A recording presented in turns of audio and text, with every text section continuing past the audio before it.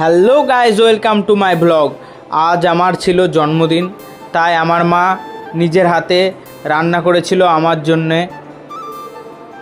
আর আমি সব কিছু অল্প অল্প করে দিয়ে একটু মেখে নিচ্ছি, দিয়ে খাই, খেয়ে বলি তোমাদেরকে কেমন লাগছে। মার হাতের রান্না জানোই তো আমার খুব ভালো লাগে।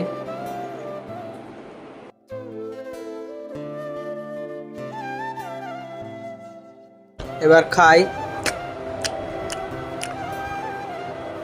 খুব সুন্দর লাগলো মার হাতের রান্না তো। আমার কালো মিষ্টি খেতে খুব ভালো লাগে, তাই আমি কালো মিষ্টি একটু খেয়ে নিলাম আগেই। আমার খুব ভালো লাগছে কালো মিষ্টি খেয়ে।